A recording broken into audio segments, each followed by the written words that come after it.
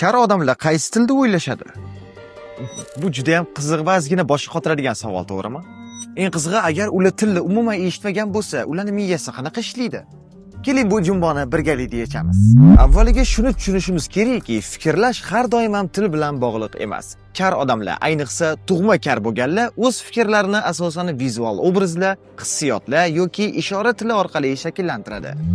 O'ylashning bu shakli inson miyasi qanchalik moslashuvchan ekanligini yana bir bor isbotlaydi. Lekin kar insonlar til bilmasa ham albatta o'ylashadi. Ilmiy tadqiqotlar shuni ko'rsatdiki, ularning miyasi asosan motor korteks va vizual korteks orqali faol bo'ladi. Bu ularning fikrlarini rasm, harakat va hissiyotlarga asoslanib boshqaradi. Keling, buni bir misol orqali tushuntiramiz. Masalan, siz eshitadigan odam sifatida olma deyishingiz mumkin, ammo kar odam olmani ko'z oldiga keltiradi yoki ishora tilida uni qanday ifodalashni tasavvur qiladi. Bu holatda ularning fikrlash tizimi ko'proq vizual bo'ladi.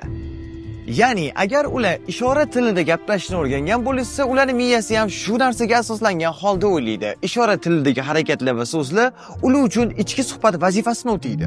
Tug'ma kar odamlar fikrlarini boshqa odamlar kabi tushunarli tilda emas, balki o'zlariga xos tizimda shakllantiradi. Ular bitta voqeani ko'z oldida ko'radi, his qiladi, keyin bo'lsa o'zlarining tillariga tarjima qilib olishadi. Shuning uchun ular uchun qaysi tilda o'ylashadi degan savollar aniq bir javobi yo'q. Ular o'zlarining tilida o'ylaydi. Xulosa shuki, til fikrlashning yagona vositasi emas. Kar insonlar o'z-o'ziga moslashgan tillarda o'ylashadi.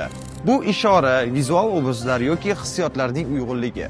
Demak, har kimning o'z dunyosi bor va bu dunyo ularni noyob qiladi.